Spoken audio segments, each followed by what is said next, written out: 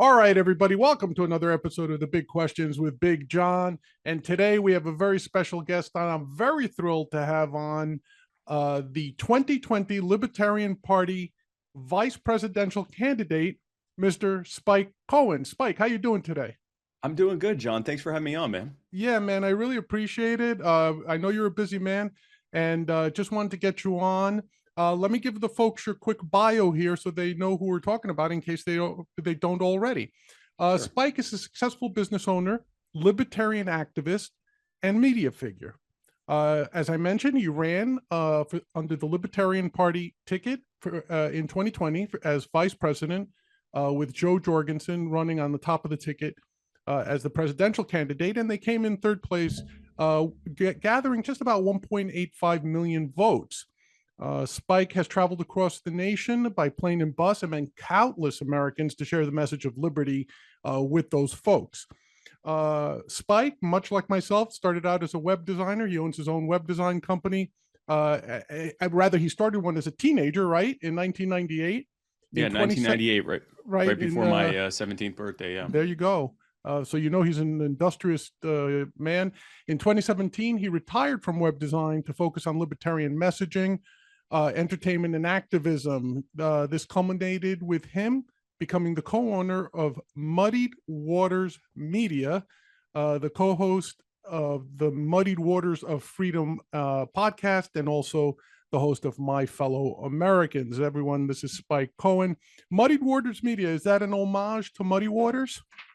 No, it's actually an homage to something called kava, which is funny because I don't actually drink kava, but my co-host does, and the original co-owner of Muddy Waters Media, they both drink kava, and that was actually one of their main discussion points when they first started the show a long time ago. Obviously, it's matured over time, Right. and I don't drink kava, so it's a reference to that, but also a reference to just how muddy the situation is and how nuanced discussions can be about politics. So it's sort of a double entendre Double there. entendre there. Okay. So I went in completely a complete tangent here. It had nothing to do with blues legend Muddy Waters. No, but we have had people ask that if it is that, and no, it had nothing to do with that. It was about kava and about just the I guess mess that it is trying to have an actual discourse about politics in the U.S. That's cool. That's cool, and certainly I agree with that sentiment. All right.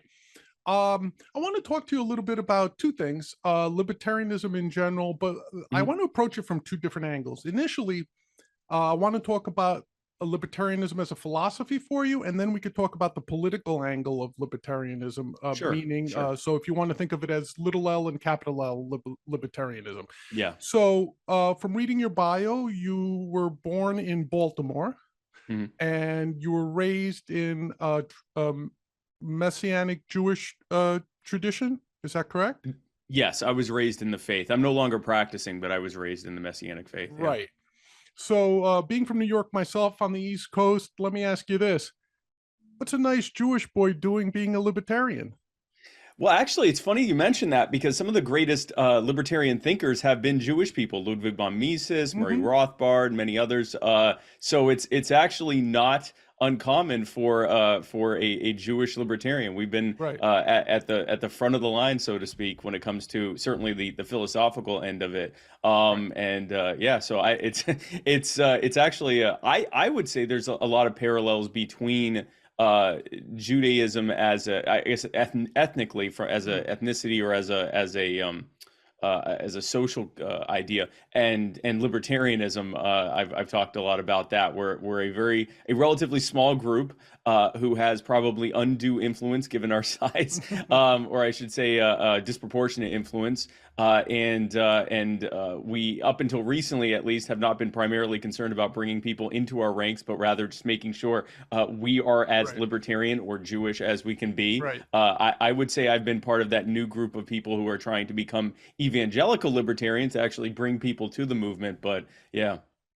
So, but what's interesting is, and by the way, I had never really thought of that parallel between Judaism and libertarianism, but the way libertarianism, the way you kind of shaped it does make sense to me, in that sense. But I was referring more like I know several of my friends here in New York who are libertarians actually are Jewish as well, but they came at libertarianism from the left, being from the Mm, traditional East Coast Jewish voting bloc, so to speak, very liberal, very yeah, much into causes and the pooling of resources and things of yeah. that nature. Back in the 40s and 50s, obviously being referred to oftentimes as socialists and communists. Was that the case for you in your environment in Baltimore? I'm assuming Baltimore also not necessarily a hotbed of libertarian idealism. So growing up, were you surrounded by liberty principles, or were you more surrounded in the traditional liberal, as we've come to understand it today, sort of environment? Right. So first of all, we left Baltimore when I was like 5. So Okay. I don't recall as much about like what the political makeup. Obviously, I know Baltimore is a blue area and Maryland in general is a blue state. But at the time, I wasn't really aware of that kind of Okay. thing. I would say growing up, something that was instilled in me was an idea of it's none of the government's business. And frankly, if you look at, every time that government typically says they're going to protect Jews, watch out. That's going to end Right. badly for us. That was something that was kind of imbued with me. So I have always been a Second Amendment gun rights maximalist. That Mm, government has no business telling you anything about what you can or can't own, and that frankly, the moment they start telling you this large, heavily armed group of people tells you to give them your guns so they can protect you, that your senses yeah. should be Yeah. going off pretty easily. And even on things like your personal choices, your sexual preference, your what drugs you choose to use or anything like that. I was always a libertarian on that. I didn't think that was anyone's business. Certainly wasn't the government's business. But I will say that for quite some time, I was actually more of a neocon, especially Mm, after 9/11 when it came to things like foreign policy, surveillance, and things like that. I was completely convinced after 9/11 that there were these evil people who just mm, attacked us for absolutely no reason, and that we needed to, go to their region of the world and make it safe for democracy and, basically show them our freedom and peace-loving ways by bombing the crap out of right. them, killing millions of them, and installing puppet. It's like saying it now sounds ridiculous, but as fervently as I believe what I believe now, that's how much I believed in neoconservative foreign and I guess security state policies. And it Yeah. was over time that the reality of the world and some really great thinkers who were engaging people like me that made me rethink that. But no, I actually came out of somewhat of a, I guess, liberty friendly but still neoconservative background. I've never been from the left, like at Yeah. any point in my life. Yeah, that's interesting. That's interesting. The way you kind of described it, I don't know why, but the name Barry Goldwater popped in my mind. The way you started to describe yourself initially, in that he was very individualist in a lot of ways, but he was also anti-interventionalist. Even though he was obviously sat on the military affairs committees Yep. in the Senate, um, but I know during the Vietnam War, he was like, "Hey, if we're not winning, let's get the hell out of there." Yeah, There's yeah, no yeah. point for us Yep. to just be wasting American lives. And I don't Yep. know if that necessarily was anything in your thinking back then, like a Goldwater slash William F. Buckley slash Reagan sort of thing, or if you, because it is a weird mix that you would be so quote liberal in a lot of areas when it came to personal choice, but a neocon when it came to external forces. Yeah, no, it was a total contradiction, and that's really the thing is, and going back a little bit, my ideas and my beliefs were really ad hoc, like it is with most people. It Mm-hmm. wasn't based on a solid philosophical underpinning. When my position on guns was based on my kind of ad hoc experience with being taught about the history of what happens when they disarm people, Mm, especially Jews, right, and really anyone, honestly. And my thoughts on drugs and things like that was from my experience of watching people like myself who would use cannabis, and the only real danger was getting in trouble for it. And right, so that made me think that, and then just my various experiences were what led me to believe what I believed. And it was very hit or miss, and it wasn't consistent, which is true of a lot of people. And then when 9/11 happened, I fully bought into the media and government line that this right, just came out of nowhere. There was, when I heard people like Ron Paul and Matt Kibbe and others talk about blowback, I thought it was an insult. The idea that America could possibly be doing things that would make people around the world hate right. us. Right. was just absurd to me. And you know, I had also bought into collectivizing government actions as my own. We do that a lot, right? We'll Right. say, well, Right. we did this. Well, we didn't do that. The government did Right. that and robbed us to pay for it. But, you know, that was really where my thought process was. And it took, you know, realizing that my neoconservative ways were wrong over time, coming into the mid to late 2000s, that made me start thinking, okay, well, what is it that I actually believe? If, you know, I don't want to just keep doing this where I find out I'm wrong. What is it that I actually believe, and what does that come from? And Right. I spent quite a bit of time reading and studying a bunch of various thinkers along the political sphere. And I say everything from you know, Mises to Marx and everything in between, and that kind of led me towards libertarian, sort of anarcho-capitalist libertarianism, which is where I am now. Yeah. When it comes to Barry Goldwater, it's funny because when I used to think of Barry Goldwater back in, you know, my neocon days, I would think, well, you know, he was really solid when it came to things like sound money and you know, needing to make the government smaller, but he didn't get it. We were close to winning in Vietnam if it wasn't for defeatists like him. And it was the fact that I didn't make that connection, that it was actually me that was being inconsistent, and that you couldn't be a small government conservative or a small government Right. anything while supporting this endless empire that was failing miserably and causing so much immeasurable Yeah. suffering both to American service people and to their loved ones, and not to mention to millions of people being affected overseas. You know, I didn't make that connection. I bought into the I guess mainstream conservative thought process back then, and I'm Yeah. glad that that people like Matt Kibbe and Ron Paul and many others were engaging with conservatives and getting us to realize that A, you're not being consistently conservative, and B, you might not even be a conservative. Right. Yeah, no, that's fascinating how people, I love hearing stories of how people arrived at their liberty views, Yeah. you know, because there's so many different paths. Like I said, a lot of my friends here in New York arrived at their liberty views, the ones that have from the left. They started Yeah. out as your traditional New York liberals, and then they saw things that weren't working. My personal experience has been the complete opposite. I came to my liberty views from the right. Oh, okay. My parents grew up, my father especially grew up in communist, on a communist run and fascist run island during World War II in Greece. So when he came here, he used to tell me, he goes, never trust a communist.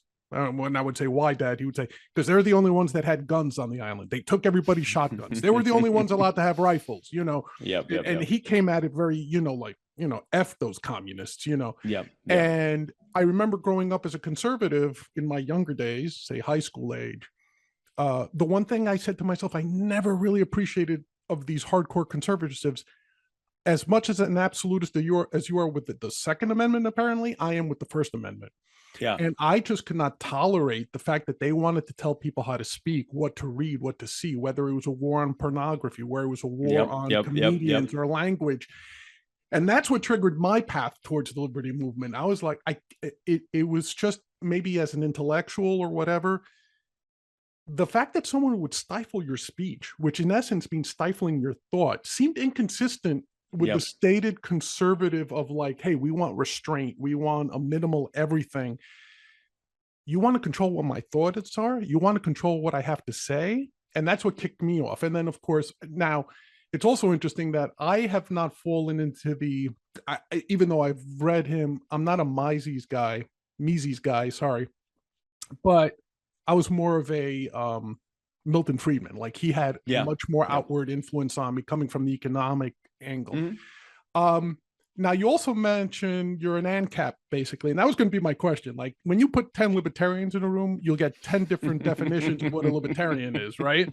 The one thing we always agree on is someone in here is not a real libertarian. Exactly. It's not me. I'm definitely a real libertarian, but at least one other person here really isn't if you really get into it, really isn't a real libertarian. Right. It's always like, who's the fish at the poker game? And, and you never realize it might be you, right? It might be you, yeah. Yeah. But here's the thing. So like if I were to characterize my libertarianism a little bit further, I'd probably call myself a minarchist or a classical liberal, right? Do you find yourself in the same category, or would you say you're more of an ANCAP, an agorist? How would you like break down your sort of libertarianism, if you care to do so at all?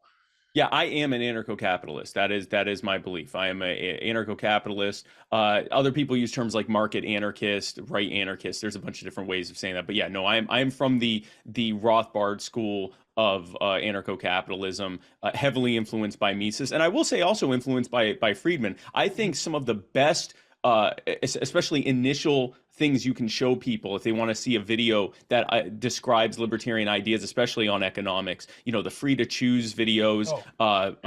Another one is anything.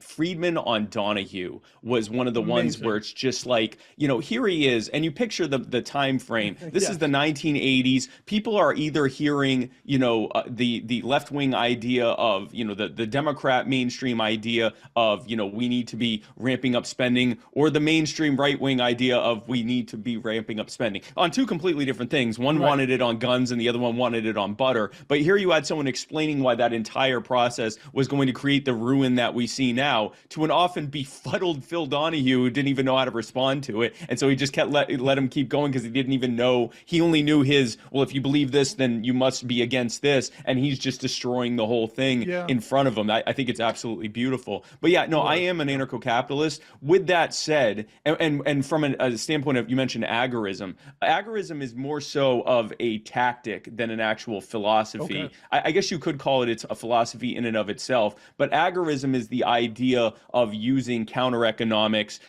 black markets and gray markets, and opting out of the system sort of as a tactic or a strategy for eliminating or at least greatly reducing the influence of government in our lives and that of others. So I certainly am certainly in line with agorist thought when it comes to the kinds of things we can and should be doing to try to actually minimize the state now, instead of waiting for it to just collapse on its own, or trying to use just the electoral process. But with that said, I work with minarchists and classical liberals and constitutionalists and frankly people that aren't even libertarian, like, you know, conservatives, progressives, centrists, and so forth, all day long. And I will say I am not someone who says you're not a real libertarian because you're not the same kind of libertarian as me. I may personally believe that the logical conclusion of libertarian ideas, like the non-aggression principle, lead us to anarchism or anarcho-capitalism. But that doesn't mean that I know for certain that I'm right. I mean, I believe I am, but I've learned in my 40 years that there are many things that even 5-10 years ago I was certain were true that it turned out not to be true. But more importantly, there may be more than one way to do this. And I think that, especially as small of a movement as we are, it is important for us to work with people who agree with us. We probably agree on like 90-95% on stuff. And even if you get into the weeds, we may agree on more than we may otherwise think just by our labels. And that's why I think it's important. We talk a lot about different ideas within the libertarian sphere, but it should always come with the disclaimer that we have to and should and do work together constantly, because ultimately, you know, if you think of it as a journey, if, you know, you want to be back here at exit 10 and I want to go and, like, you know, careen off the guardrails at the end, but or park at the end and dive into the ocean. That's probably a better way to put it. But currently we're headed in an armored vehicle, handcuffed, going 100 miles an hour in the opposite direction. For us to sit there and argue with each other over when we turn this thing around, which exit we should stop at, I think is foolish. I think we should instead be focusing on where, recognizing that we're headed in the wrong direction, we're in the wrong place, and we need to be turning around and going that way as fast as we can. When we get to exit 10, we can, or as we're approaching it, we can figure out, did we want to stop here? Do we want to keep going? But I think that for now, we should be focused on what ties us rather than what separates us. I agree with you. And it was interesting. I was watching a podcast the other day of Michael Malice, and he sort of paraphrased the old Reagan standard, the 11th commandment of Republicans, when Reagan said it was never speak ill of a fellow Republican. Yes. Malice suggested that this whole infighting, especially in the LP, which we'll get to in a moment, he said is ridiculous. You know, let's all agree. He said, Malice said he would never, ever run down any libertarian or liberty-seeking individual, because at the end of the day, we're all pursuing the same thing. Which is a superior pursuit to what we currently have, which is this double-sided statism and people thinking they actually have a choice between left and right. I don't know about you, but I refuse that dogma. When someone says we're socially liberal and fiscally conservative or something like that, I refuse that whole dogma, because left, right to me is something. I instead say up and down. just to throw a wrench into it, and I'll say I'm up with liberty, and if you're not, you're down with it. That's all there is to it. Yeah. I And like that. I actually yeah, like that. I like that. I like that phrase. Yeah. yeah, because I just don't think. All right, great. So we kind of got where you were, how you got to where you are in terms of a liberty perspective, growing Mhm. up, and how you arrived at this. Um, let's talk about now your involvement in libertarian politics, which at times is a Sure. completely different beast. I think you would probably agree with me when I say Very that, often. right? Okay. Now, what I found interesting is, oh, let me back up and ask you this. Did you decide to become politically active in the LP, or were you kind of sort of drafted? How did that initiate with you? So I guess there was a mild drafting that happened. I think I need to go a little bit further back to fully explain it. So I've been a small L libertarian since somewhere in the mid to late 2000s. I would say Mhm. maybe 2008, 2007, something like that.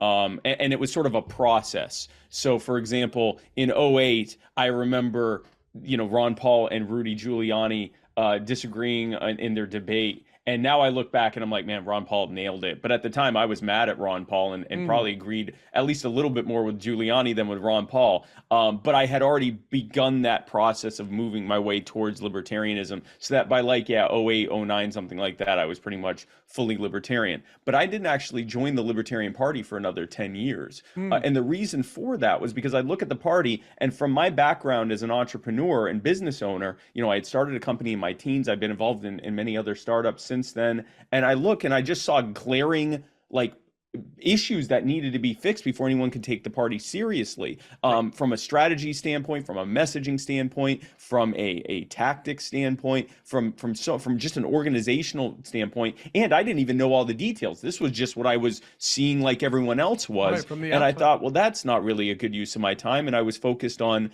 at that point, at growing my business and making money. And I thought that was the best way I could do things. So I've always been politically outspoken, but I wasn't public with it. I would only people that knew me knew my politics.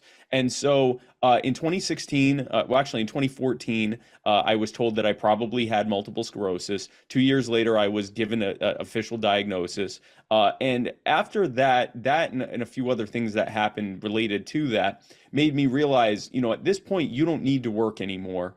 You're at a point where you can, you don't need to work to be able to live. Right. And so I retired from my businesses and spent a year figuring out how to live more healthfully because I was just living a very unhealthy life in general. And part of that was figuring out, okay, well, now I've grown up. What do I want to do with my life? And I realized I wanted to leave a legacy and make an impact. And that sort of led me on the path towards libertarianism, or towards libertarian activism and being involved in the political process. But looking back, it was always really just me remaining open to people asking me if I'd like to do something. I was asked if I would like to start a podcast, and I said, okay, yeah, sure, I'll do that. And I did that, and that's been pretty successful. And then I was approached and asked, "Hey, do you want to get involved in the Libertarian Party?" And so I did that. And then someone came to me with the suggestion of running for the vice presidential nomination. I did that, but with the idea that they certainly weren't going to pick me. I was a relative unknown. There were some people in the party that knew me, but I wasn't well known. But I wanted to use it as a way to say, "Hey, guys, from my background, here are the problems that I'm seeing. Here's how we could do it differently," and then demonstrate how I could do it without a tremendous amount of concern for, getting delegate whip counts or anything like that, Right. and really just going out there and showing here's how we can do it. I apparently did a good job at that because then they picked me. So it wasn't until the last few weeks that I realized, yeah, I was probably going to win this thing, Hmm. and that really what led me on this. During the campaign and after the campaign, especially because I didn't even realize up until a few weeks before that I was even going to get the nomination, I always saw that process of running for VP, running to try to, help the campaign as much as possible as a means of taking the next step, which was learning whatever I could from that process, with the good and the bad from it, and then retooling to figure out, well, okay, how do we grow the movement from here? And that's what Right. I've been doing ever since. Yeah, and that's interesting to me because it sounds like you kind of went where the tide took you, sort of, Yeah. even though you had like a general direction, right? Like you said, I Yes. want to end up Yep. here, but going from A to B itself was, you kind of let fate, or however you want to describe it, kind of drag you along, which I find very interesting. I learned that in my world of entrepreneurialism and business Right. ownership.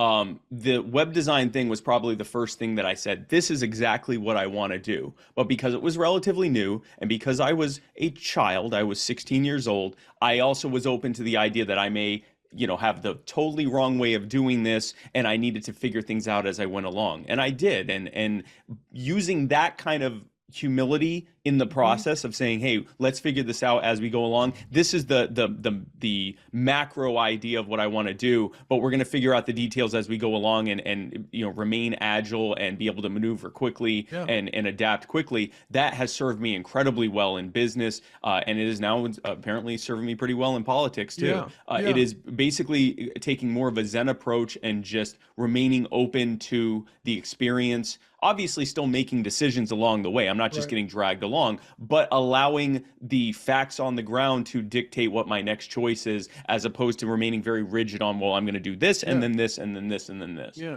it's interesting because as I talk to several libertarians on this show, I find so many parallels in my own life, which I find so heartening, that, and it seems like as I talk to people, I'm almost getting like a libertarian personality trait or composite as I talk to people, like, how Jordan Peterson says, oh, there's 5 personality types, and, agreeableness, this means that, this means that.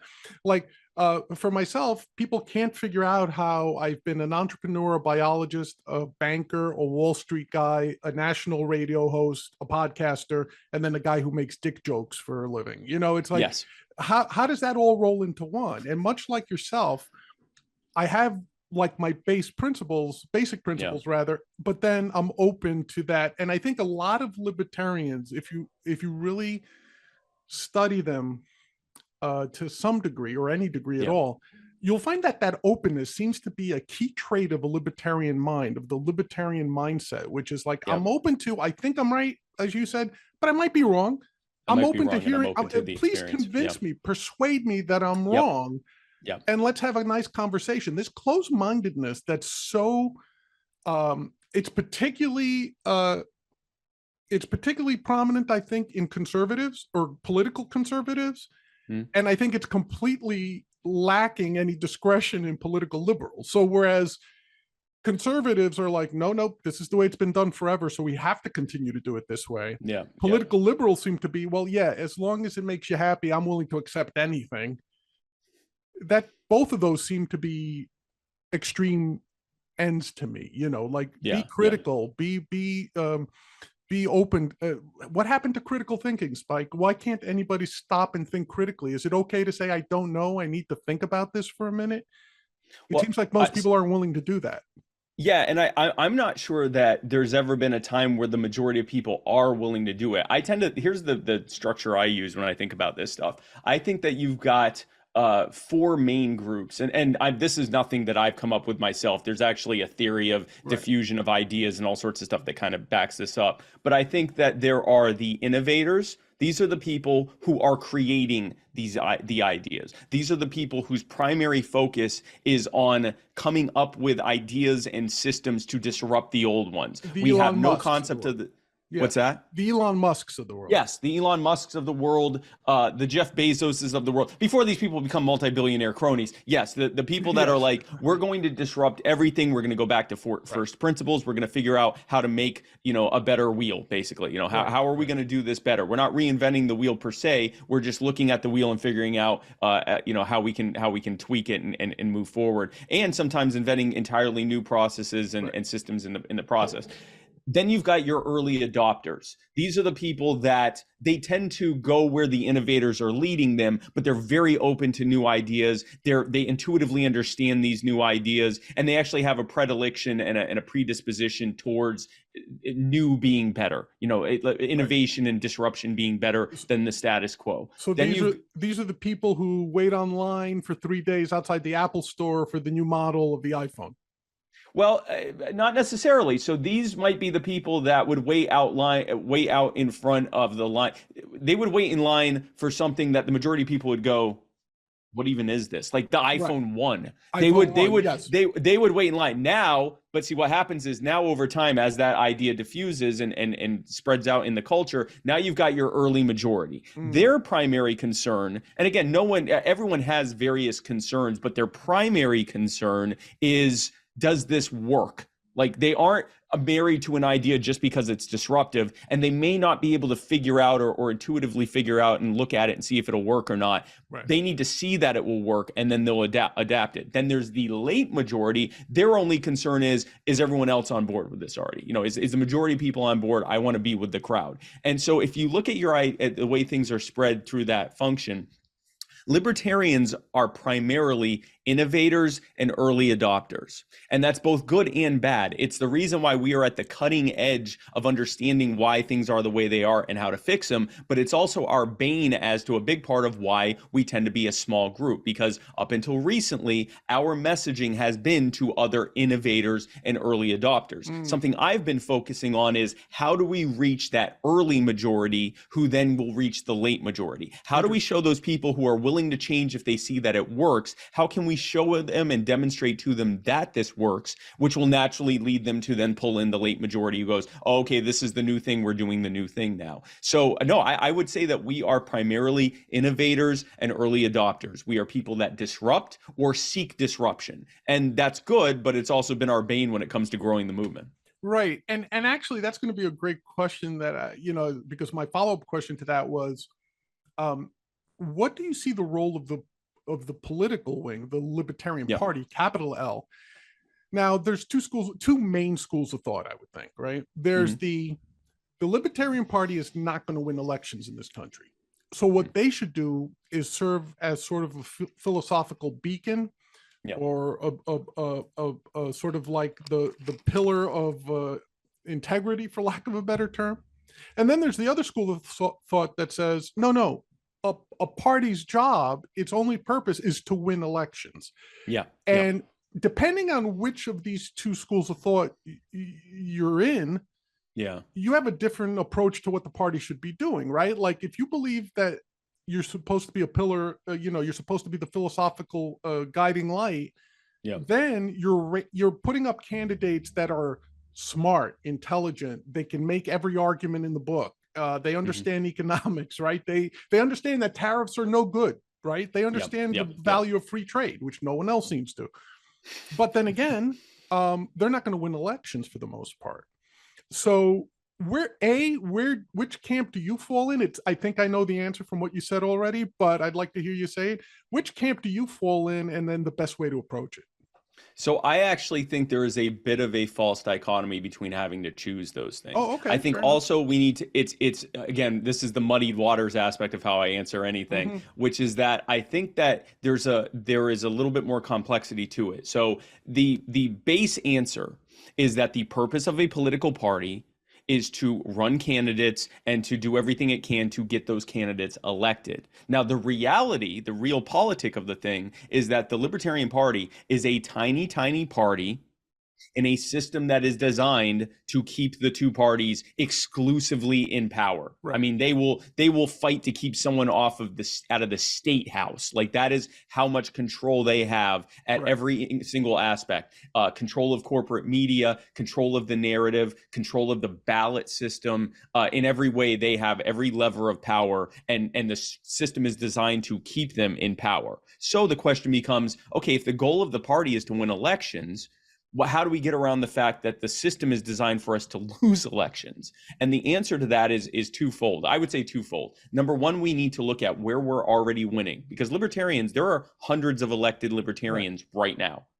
But we need to look at where they're winning, and that's locally. They are winning in races where often they're nonpartisan races. So there's not as much of a rigor to make sure we don't win, because there's not an R, D, L, G, anything next to our name. It's just whatever race we've been in. But it's also where we can use it as a test bed to show people that libertarianism actually works. Not only that we can get elected, but that when we win, they win. It's not just Team Red winning or Team Blue winning. They win. The second part of that is that for both ballot access and national messaging reasons, we have to run the statewide and federal and nationwide candidates. We have to run gubernatorial candidates. We have to run Senate candidates. We have to run congressional candidates. We have to run presidential and vice presidential candidates, even if right now we aren't in a position to even be able to win. In those races, it is primarily important, unless we get a lightning strike situation where someone can actually has a shot of winning one of those races, which can happen.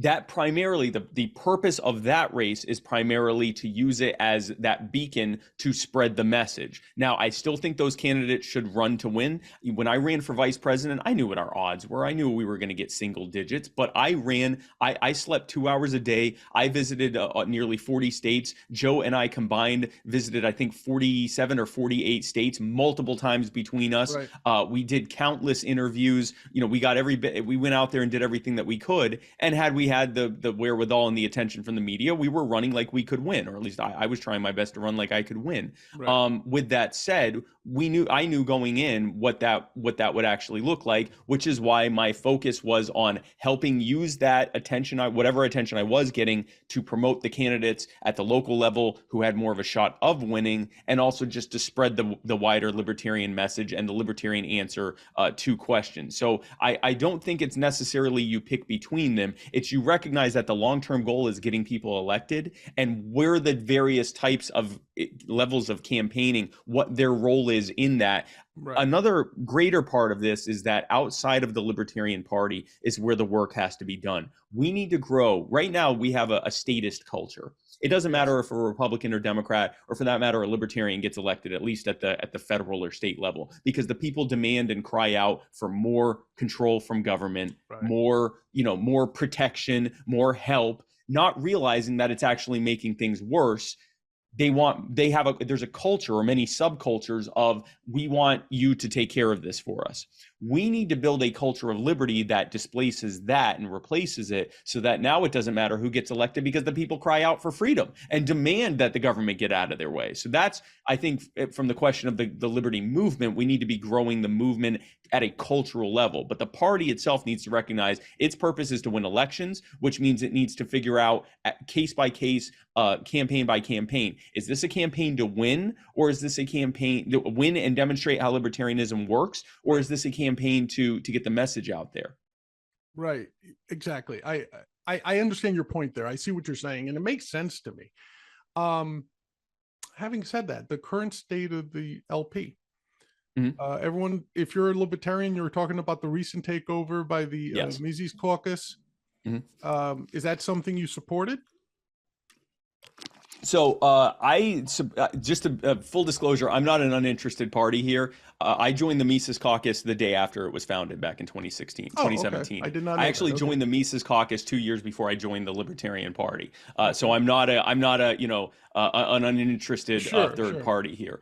I shared the goals behind the purpose of the takeover, and still do. I was one of probably the most outspoken critics of the messaging and the tone and tenor of the takeover strategy. I thought, and still think, that it made a lot of enemies that we didn't necessarily need to have. I think it should have been presented more as, this is our bold vision for the party and we invite you to join us, as opposed to, it very often felt like we were saying, the people in charge right now are clueless, they have no idea what they're doing, and so we're going to take it over. And I wasn't a fan of that. Now, with that said, it worked, it won. I will say I think that we now have to deal with a lot of enemies that were created because of that. But at the end of the day, that argument's over. They're now in charge. It's not even the Mises Caucus anymore. It's the Libertarian Party. They've so when you it can't be understated or overstated just how much it was taken over. They had something like close to 3/4 of the delegates, every single member of the executive committee, from the chair all the way down to the at-large reps and everything in between, all of the representatives,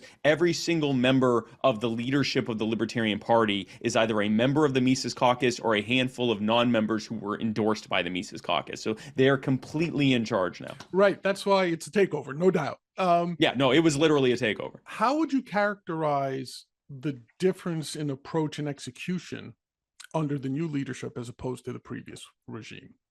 So it's so early on that it remains to be seen what the difference will actually be in practice. What I will say is that one big difference was that they came in with a slate, which means that they're all largely of the same mind. There's still some disagreement on the fringes, but for the most part, they're of the same mind what the strategy is moving forward. So I actually went to Washington, D.C. Last month and or I guess earlier this month for their first meeting since the takeover, the first LNC meeting. And I used to watch these meetings online, and they'd spend hours arguing over one single point and hopefully get that one thing accomplished. That LNC in 2 days time, or actually, yeah, 2 days time, they got more done than probably the last 4 or 5 years of both old and new business. So right there, I was very happy to begin with.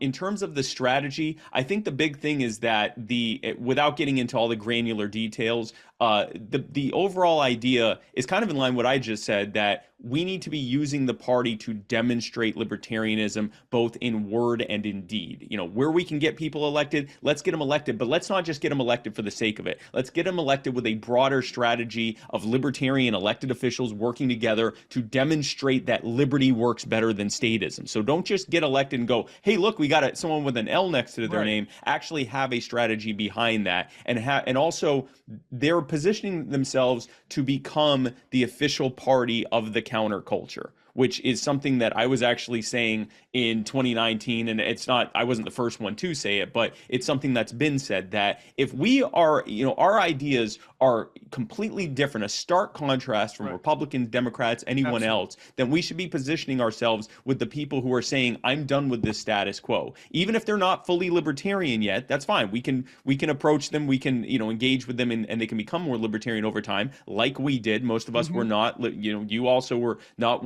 once not a libertarian. Most of us are first generation libertarians. We weren't born into this. But becoming the kind of official party of the counterculture. So at the national level, become the party of the counterculture, or one of the major or a party of the counterculture. And at the more local level, where we can actually win races, get people elected with an overarching strategy of using things like localization and nullification to demonstrate that more freedom in the hands of individuals leads to better outcomes, and also killing the narrative that libertarians can't win. So we will, this takeover happened back in June. So we will find out, it's going to take at least a few more months to see where we are in terms of actual success. But I'm very hopeful for this, not just because I am in the Mises Caucus and their goals have largely been the same as my personal goals for the party, which is why I joined in the first place, but also because I want whoever's in charge of the party to do well. With the previous leadership, I wanted them to do well. I want the party to do well. Right. No, that's fair enough. I have a question, though, that has always struck me as philosophical in nature, not so much practical, which is, given the goal of saying getting more libertarians elected, getting more people to understand the value of liberty, getting more people, as you said, sort of becoming the counterculture party, is there some sort of ideological line you draw where you say, I'm willing to compromise, but only up until here? And what I'm thinking about it is, like I heard Penn Jillette talk about this with Nick Gillespie on the Reason podcast. And Penn said, I'm almost done with the libertarians, not because my philosophy has changed, but he was really put off by the way they accept a majority, or seemingly a majority, accepted Donald Trump. Yeah. And in some ways, I agreed with him, because personally, I find Trump completely distasteful. He's a complete authoritarian, in my opinion. And the fact that he has an R, or that he calls himself conservative, or I heard at one point say, hey, I'm the most libertarian president ever. I don't understand any of that. Yeah. I know the official position of the Libertarian Party was certainly not, we endorse Trump, or we but within the rank and file, for lack of a better term, or if you go to libertarian podcasts or boards, you saw a lot of the acceptance of Trump. Now, I tended to write it off to, well, they like him just because he's blowing shit up, quite honestly, because he is such a ruffian candidate that he's unlike any other politician that's actually been elected president. Yes. But certainly not on principle, certainly not on ideology. No. Personally, where do you draw that line where you say, okay, I'm willing, we want to make the tent bigger? Where do we draw the line?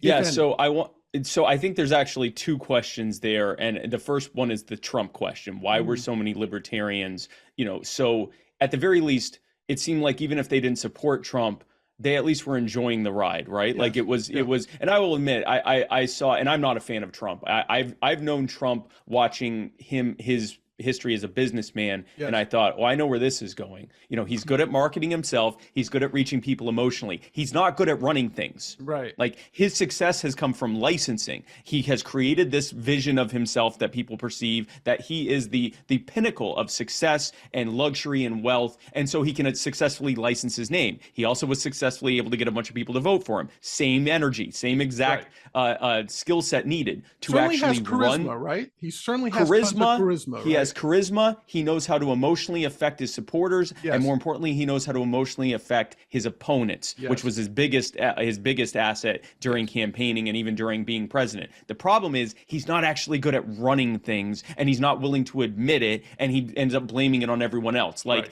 his presidency, you can add that to Trump Taj Mahal and Trump steaks and Trump water and Trump everything else, Right. on things that he sold people on an idea. He sold them on the sizzle, but on, in fact, with Trump steaks, the literal steak, there was nothing there. And so then he blamed everyone around him who he had just said were some of the smartest people in the world moments or days before. So I saw that, I saw that coming just from him personally. And from his policies, he's a New York progressive Democrat. Yes. Like, I mean, give me a break. Like, this guy was not, people will be so surprised when he'd endorse like assault weapons bans or red flag laws. It's like, he's always been for gun control.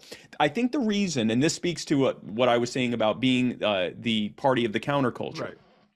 Donald Trump made himself the official candidate of the counterculture. He was against not just what the Democrats were saying, but what mainstream Republicans were saying. And I think that's why he got a lot of libertarians and just counterculture and liberty-minded people, because he was the only major candidate who was saying stuff like, yeah, the Republicans were wrong on the Iraq war, and so were the Democrats. And, that's why I didn't support Bush. This is a man who, you can argue, he single-handedly stopped both the Bush and Clinton dynasties. He stopped Jeb Bush and also made the family look like a joke. Yeah. And then he stopped Hillary Clinton and made the Clintons look like a joke. So if we can thank him for nothing else, we can thank him for sparing us, 50 years of Bushes and Clintons, if nothing else. But I think that that's where that came from. And it speaks to something that I've been saying for years now. We need to be the party of the counterculture. We need to speak to people who are just frustrated with the status quo. They don't know what the solution is from a policy standpoint. They just know that it ain't this.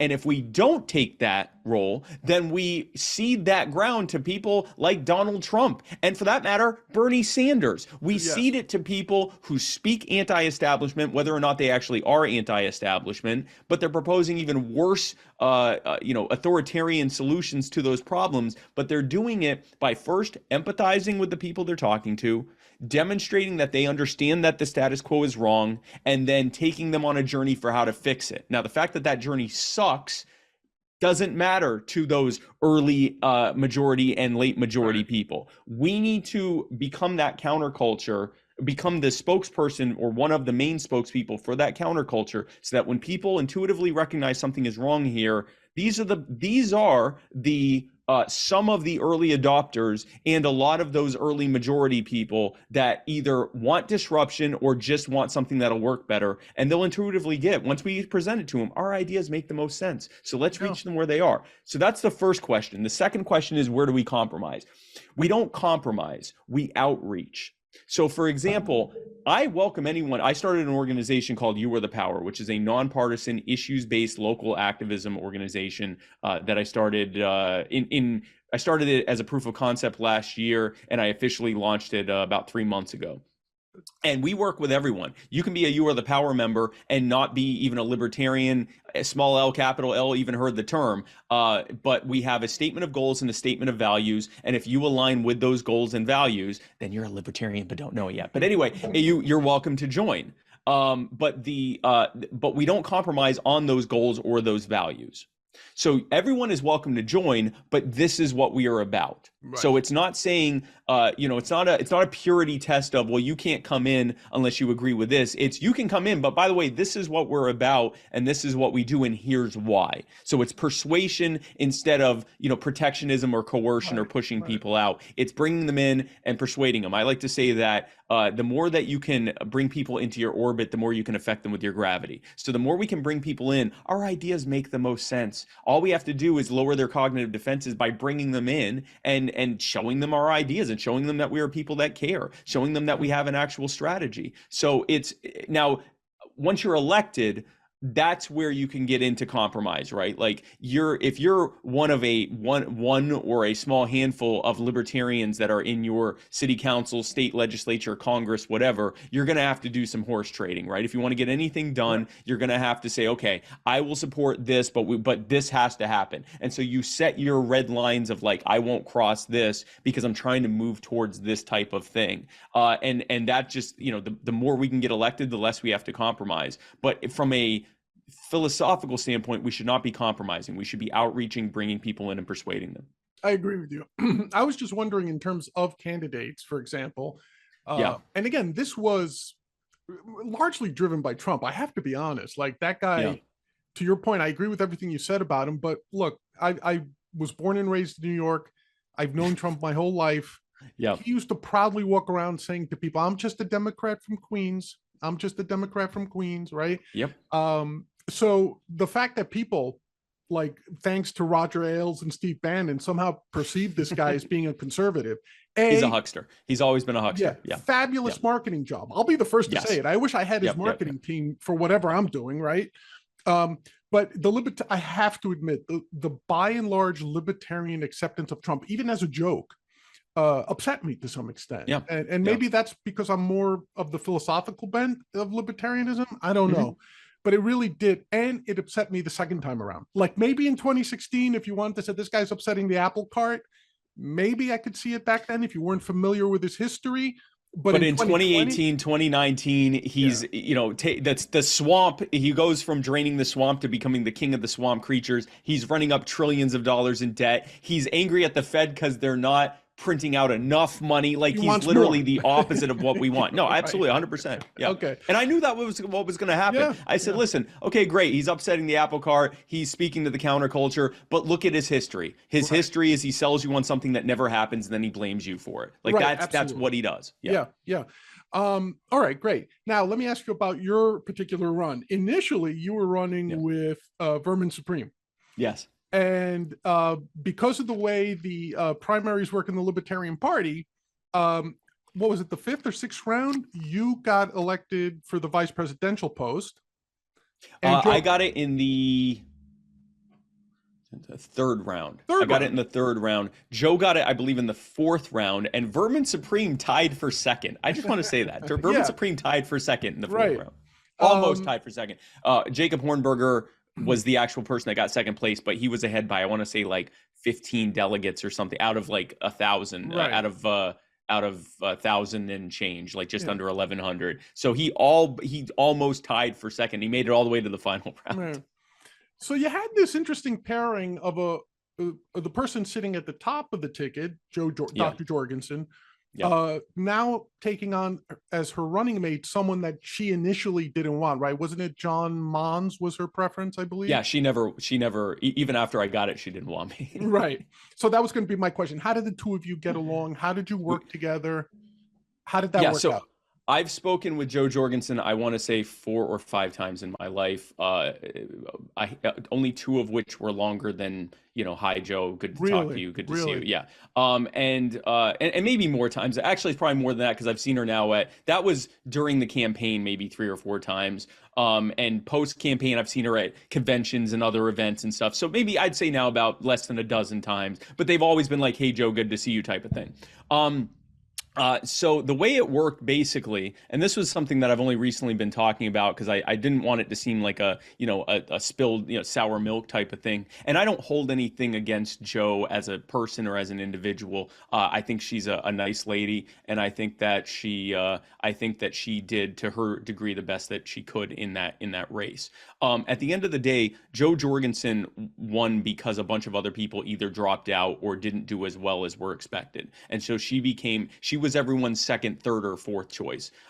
And so what happened was, when Justin Amash made it clear he wasn't going to run, when Jacob Hornberger made some missteps, he was actually the front runner for the first several, almost the first year of the campaign. He was the front runner. But during our selection process, when a few of the other candidates just didn't seem to pan out quite like they were hoping to, everyone kind of went to Joe and said, well, she did okay in the debates, and she didn't seem to do anything embarrassing. And it really came down to a binary choice almost between Joe Jorgensen and Vermin Supreme, who is a performance artist who wears a boot on his head and promises everyone free ponies. And so they picked Joe. Joe did not want me, I think, because mostly, I don't know how much she even knew about me, but I think it was because I was Vermin's, kind of spoof running mate or proposed running mate. Guilt by association, right? Yeah, guilt by association type of thing. And then after the camp, once we actually were paired together, I started talking with her team. My team started talking with her team about, okay, well, how are we going to work together? Kind of merge Team Spike and Team Joe, with the obvious idea that she's going to be running the show because she's the top of the ticket. This isn't a 50-50 race. And it was made very clear to us early on that Joe really did not want me involved at all, and would prefer that I just go home and not do interviews, not be involved. And so sort of in a similar way to how Harry Brown wanted it when she was the VP candidate in 96. Harry Brown wanted her to just go home and not really be involved. So maybe it was just that. Maybe it was her idea that, well, VP candidates don't really do much. They just are there.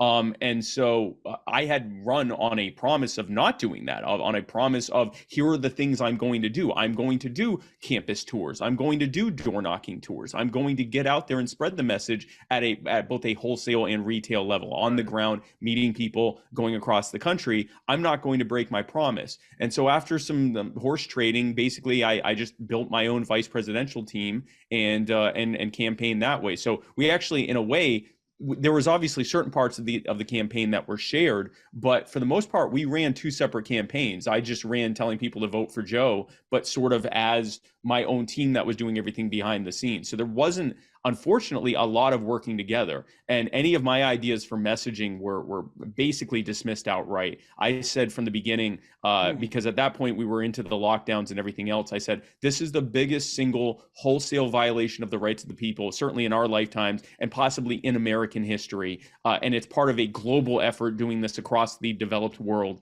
And no one is being consistent about it. Donald Trump is the only one at a national level who's even saying it's bad, but it's his CDC that's giving the guidance for it. What an absolute massive hypocrite. And it's him that's doing things like the CARES Act, which are going to cause, we know as libertarians, decades of disruption in the labor market, in the supply chain, in the cost of living, all the stuff we're seeing play out now.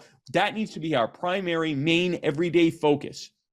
I was told that's not what Joe primarily wants to talk about. When George Floyd was killed and the protests and riots happened, and I'm watching the Democrats say, oh, this is because of the racist police, and, these riots are mostly peaceful. And then the Republicans are saying, no, there's no problem here. Back the blue. They're all a bunch of violent thugs, and we need to dispose of them. We need to be the one saying the same system that killed George Floyd is the same system that's letting your neighborhood burn down. You both have the same common enemy here. And I was told that Joe didn't want to talk much about the police, that it was, controversial, and a lot of people don't like discussing that. That was up to her. I did everything I could say, but I was the VP candidate for a third party. I didn't get a lot of media attention. I might get some local media attention, but I am what I am, right? Like, I knew I wasn't going to get the main attention. So unfortunately, those ideas weren't really accepted by the campaign. And in retrospect, I think that they should have been. Yeah, and it's interesting. I guess that's what I meant in terms of compromise and what's the line for compromise, right? Because very clearly you were very passionate about wanting to speak about issues that you felt were very libertarian in nature, where we had a very clear stance in contrast to the major parties. And again, without Dr. Jorgensen isn't here to defend herself, so I'm not going to put words in her mouth, right? Yeah. But she obviously felt the better strategy was whether it was talking economics in general or just general points of liberty. General points, right. Which I can understand to some extent, right? Because it's like you're staying away from controversy and you're just letting people know, hey, there's a third option, which was maybe the Gary Johnson approach, when the Libertarian Party had its greatest success in terms of popular vote. Yes. Now, personally, it drove me crazy when, I could accept Gary Johnson, because Gary Johnson, in my opinion, had some gravitas as a former Republican governor. But having vetoed all those spending bills as governor, he had some economic chops to him. Even if I didn't agree with everything he said, but Bill Weld to me was just, I think that killed any real momentum we could have had. I don't understand that pick. Was it simply because he was another governor and the thought of two governors? And I mean, by the end of the campaign, that guy was like, vote for Clinton.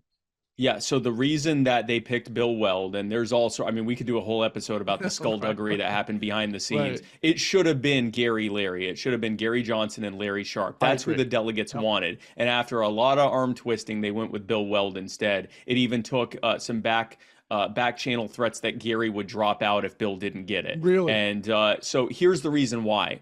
And this is just a big. Bill Weld was able to get millions of dollars raised by, pulling all. He had been a governor of Massachusetts. Yeah. He was well known in the Beltway circles. He said, "I will raise at least $10 million or $5, whatever he said," and he did. He raised millions and millions of dollars. And so both because they wanted that money to be able to campaign, and I will speculate. I'm not saying this is proven or anything. I think that the consultant and campaigner class of our party saw dollar signs and went with it. But in retrospect, I can tell you this: I didn't vote for president in 2016 because I certainly wasn't going to vote for Trump or Clinton, and Bill Weld was a bridge too far. I know Gary's not an ANCAP or whatever. I didn't care about that. I thought Gary was a good guy. I think he had a successful record. I certainly could have voted for Gary. Right. Bill Weld was a bridge too far. Bill Weld was talking about using drones to take out, people that possess drugs, in school zones, which meant like their homes that were near parks and schools and stuff. Like, I just, like, the things he was talking about were absolutely ridiculous.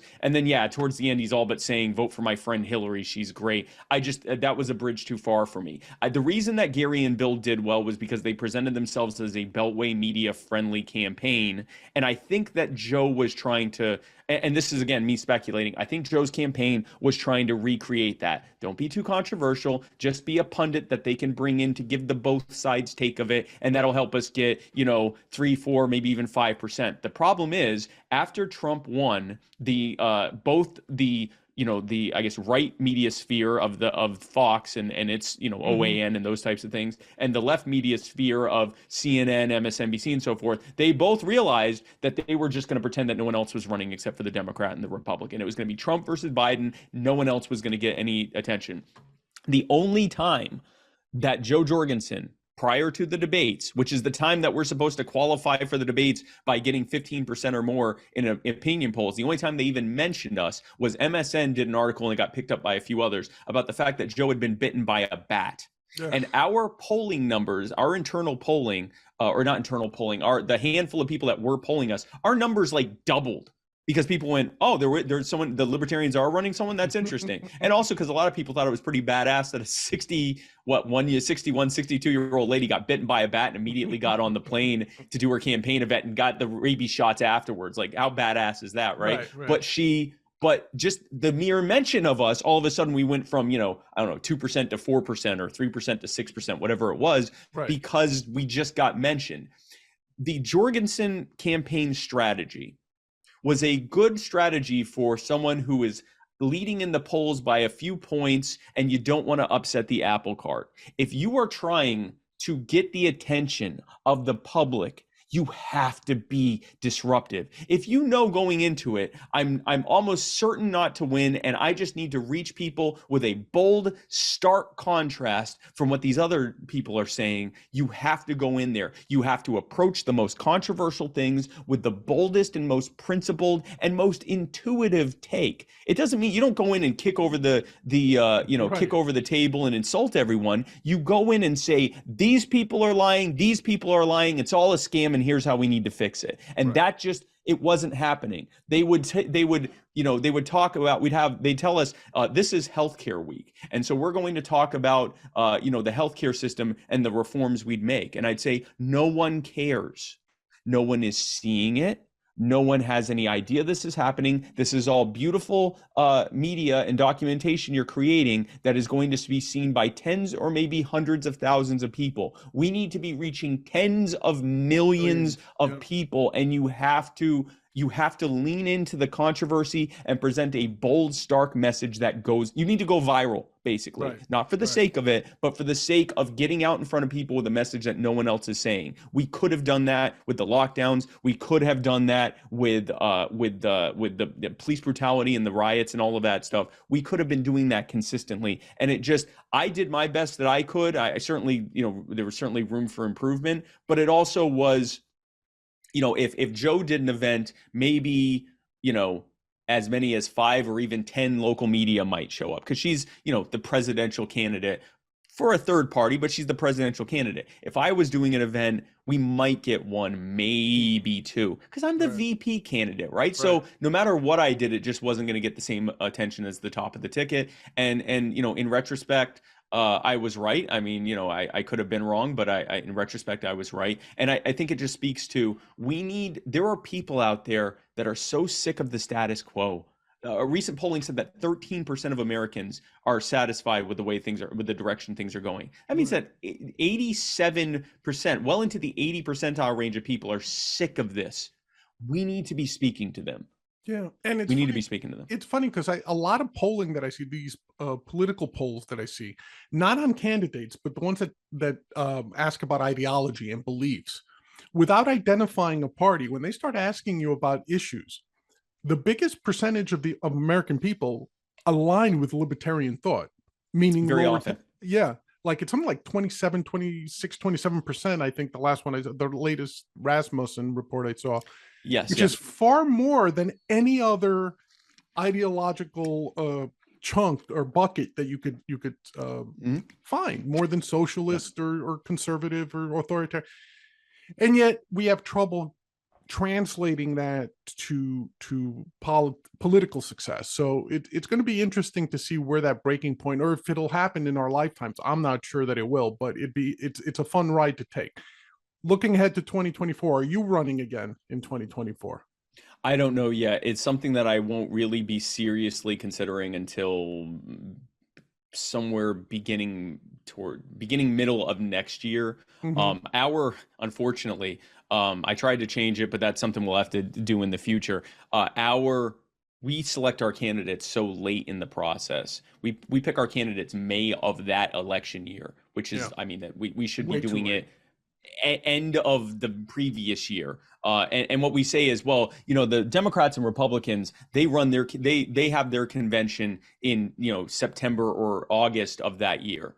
They've been running for 2 years nationally, doing debates on major you can't compare those two things. We need to be out there. We need to give our delegates and our party members time to lick their wounds if their preferred candidate didn't win. We need to give our candidates time to build up the resources. We need to be showing up at their events already with our nominated candidate, getting in their faces like that. It's just the way that we're doing it way too late in the process. But anyway, because of that, it doesn't really make sense to even try to get involved until like summer of the previous year. Like you're spending a bunch of time and resources way too early in the game.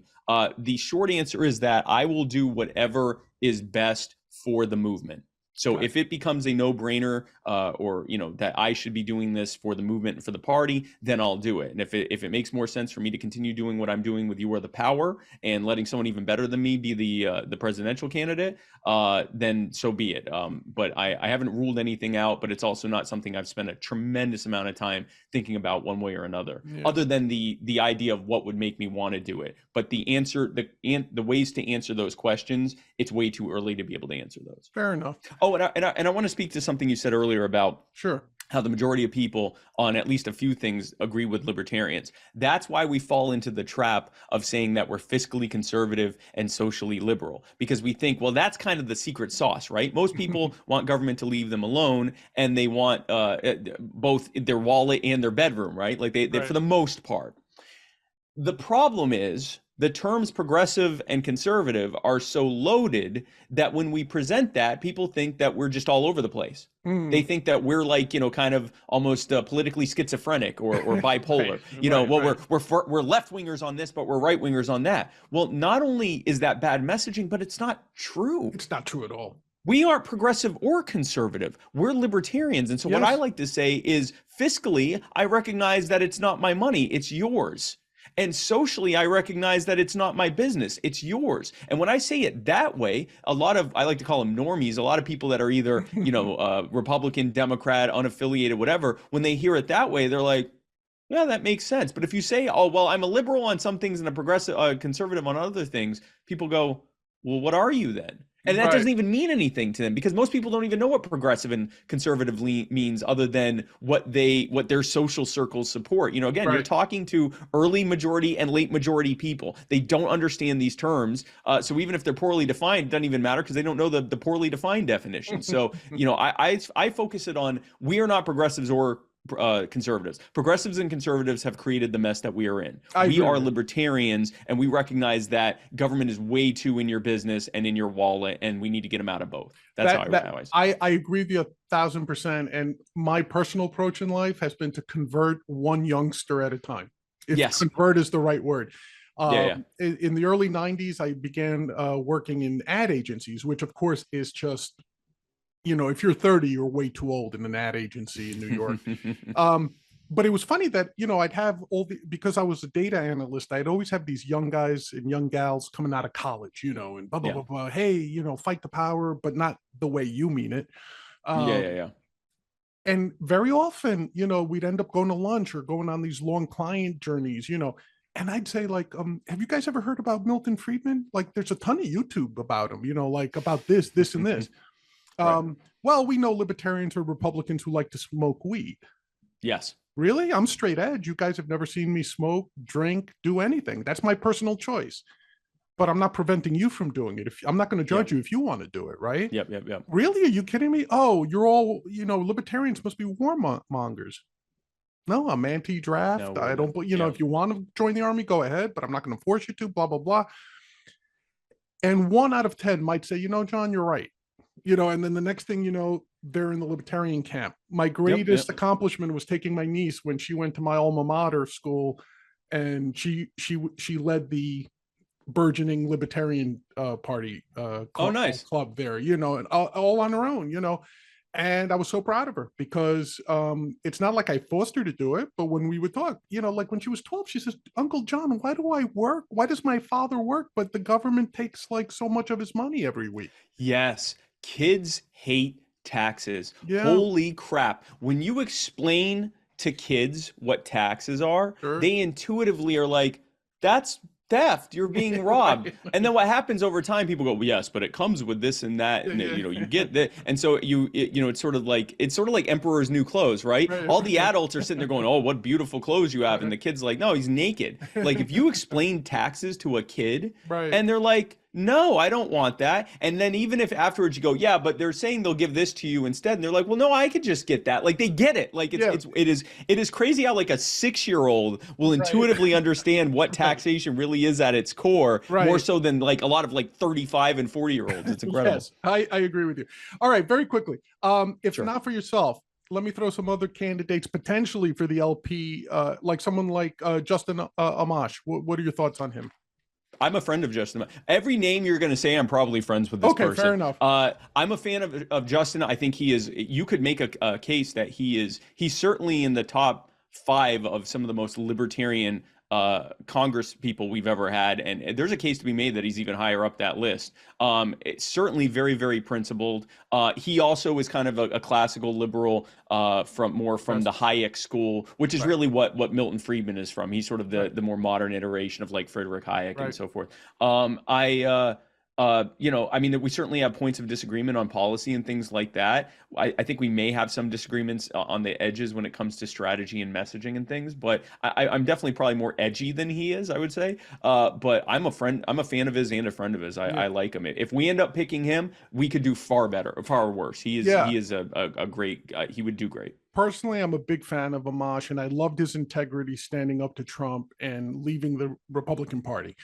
Even though he knew his days were numbered because all his financial support withdrew from him, I love the fact that his final act of defiance, he stood on principle and became the first libertarian congressman in U.S. history. Larry Sharpe ran for governor here in New York. I voted for him, certainly. Mhm. I like him, and to me, he's more of a Gary Johnson type in that he has broader appeal while still maintaining a lot of those libertarian ideals. What do you feel about Larry Sharpe? Larry Sharpe is one of my greatest friends in this movement. I think he is incredible as well. What I like about Larry, and I think this is what you're a big part of what you're speaking to, is from a policy standpoint, probably again closer to the Justin Amash or your camp of being more of a classical liberal Right, type. right, right. But Larry intuitively, he comes from a similar background as us, entrepreneurial, marketing, and sales. He gets how to message something, right? Like, he is definitely in that Dale Carnegie school of how to win friends and influence people type of Yeah, thing. yeah, yeah. He is someone that I would trust to airdrop into almost any crowd and just have him give libertarian ideas, and everyone walking away at least saying, well, that was a nice guy. I may or may not agree with what he said, but he certainly made some points, and kind of lowered their cognitive defenses, with quite a few of them walking away saying, yep, I'm with him. Everything he said, I'm 100% Right. behind it. He understands that you need to show people that you care. You need to become a figure that people like and trust, and that's actually intuitively for most people, especially those early and late majority types, that matters way more than like your principles or even, unfortunately, your character. It's more like, do I feel like I like or trust Right. this person? The Right. whole like, would I have a beer with this person type of thing. Would he fight So for no, me? yeah, will this person fight for me? Do I trust them? Do I Right. like what they have to say? Do I think that they care? Okay. And do I think they understand what they're saying? And Larry checks all those boxes. Again, if we pick him, we could do far worse. I think he'd be great. I agree. I think he would also make a great candidate as well. Okay, the last person I'm going to mention probably rode in on this latest Mises wave, Mm. Dave Smith. Now, Yeah. for years here in New York, I used to watch Dave Smith in Long Island City with the Legion of Skanks get up on stage. As a Yes. matter of fact, their club was maybe 2 blocks from my old studio, in Long Island City. I used to love those guys, outrageous, off the wall, would say Yeah. Yeah. anything. He's quite the serious thinker, though. Like when Yeah. I've seen him talk on the Joe Rogan podcast. I've seen him on his own. His first comedy album, I think, was called Veritas. So he's very well steeped in libertarian thinking, in liberty thought and principle. Mhm. Yeah. How would you feel about him as a candidate, or do you feel that's more of the schlocky, for lack of a better word, sort of approach? Or how do you feel about? I don't want to put words in your mouth. How do you feel about Dave Smith as a candidate? Yeah, so Dave also was a friend of mine, and so I had a feeling if there were the 4 people that are named the most as possible front runners for the nomination are Larry, Dave. I always make sure not to say Larry David when I say their names again. Right. Larry, Dave, Justin, and myself. So Right. and I consider myself good friends with all of them. I think Dave it's interesting because I only know Dave's comedy stuff now. I didn't really know it from before. And so now usually from people going, "Can you believe he said this?" And I look and I'm like, that's kind of funny. But it's from a comedy standpoint, Sure. right? So the question becomes, so to answer your question, he's great on messaging, he's great on principle. There are probably, if you go dive into the weeds, there are certain even though we're both anarcho-capitalists, there are certain strategy and messaging things that we disagree on, but that's true of me and any other. I mean, no one agrees 100%. I think it's great the attention he's been able to get on things like Joe Rogan and others. I think that that's great, and that can help bring people to the movement. Right. And again, to that same question of, if he got the nomination, we could do far worse. Right. I think any of those 3 are people that we could do much, and have in the past done much worse than any of those. The question with Dave obviously becomes, with that sort of almost like Howard Stern level shock jock comedian type of background, are people A, going to be overly offended, and B, take him seriously? I think the take him seriously thing, I think that's over. People worry about that too much. The reality is most people get their news from comedians, whether it's from late night news or from like the Daily Show or something like that. That's been true for decades. You often see, I mean, how many times have you seen draft Jon Stewart for president stuff? Sure. So I don't think that necessarily is it. I could see the argument that some of the stuff could be seen as offensive. Again, I think most people can take things in context of he's a comedian, he jokes. Sometimes those jokes are offensive. Yeah. But yeah, like I said, with any of those 3, if they get the nomination, we could do we could do far worse. And so the question for whether I run or not becomes, for whatever reason, does it become a no-brainer that it's better for me to run than to just put my support behind one of them, or someone that we're not even talking about? Right. At this point in 2018, Joe Jorgensen was not even on the list of names people were considering for the presidential nomination. Wasn't she just someone who had always been in the Libertarian Party? Like, she just seems like it was just her turn at some point. You know, it's weird because everyone had kind of, for the most part, like, I didn't know who she was, and most people didn't know who she was. And, you know, they saw that she had been in the party since like either the late 80s or early 90s. They saw that she was Harry Brown's a VP candidate. But again, you know, Harry had kind of wanted her to, you know, not, Off she to didn't, the they didn't side, want, yeah. you know, kind of go to the side. So as a result of that, a lot of people even then didn't really know who she was, other than she had been Harry Brown's VP. So she was kind of a dark horse that seemingly came out of nowhere, even though if you really followed the politics closely, she had been a member of the National Party and the state party in South Carolina, which is the state I live in as well, for, you know, decades. She just hadn't been very, you know, outspoken or loud or prominent. But yeah, it was kind of, she kind of seemingly came out of nowhere, even though she'd been there all along. Yeah.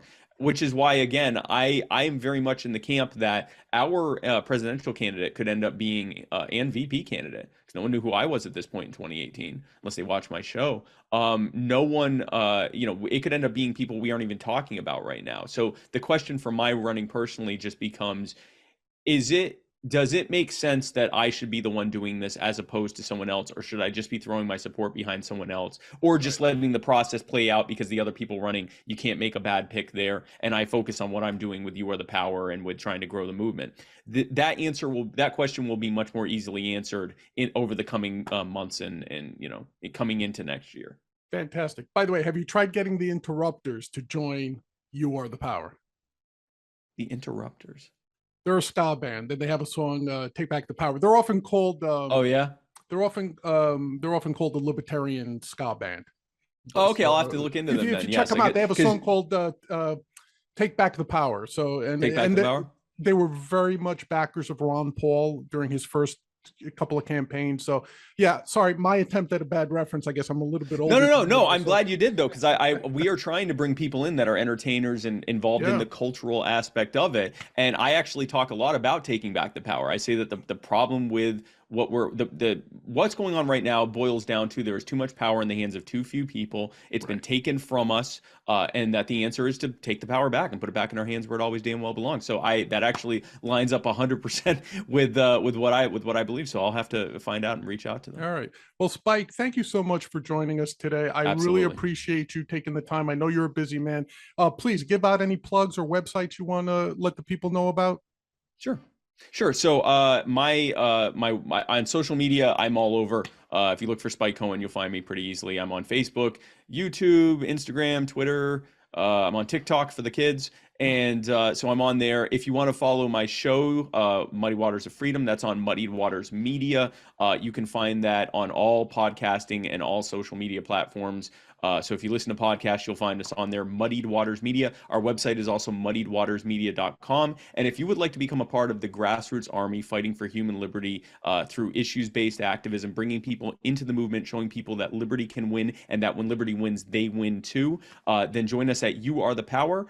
We are on social media as well. We're on Facebook, Twitter, and Instagram. And then also, if you go to youarethepower.net, we'd love to have you become a member. Membership is free. We just want you to get involved and be a part of the movement. John, thanks so much for your time, man. Thank you, man. And I'm signing up as soon as we get done with this podcast. Thank you. Awesome, I'm going to go come sign up. Spike, thank you for joining us. We want to have you back again soon as we get further towards the election season again. Sure. You're a great guy to talk to, very easy to talk to. Really appreciate your time. And for everyone out there, join us again next time when we have another great guest like Spike to talk about issues of liberty right here on The Big Question with Big John. Peace out, everyone.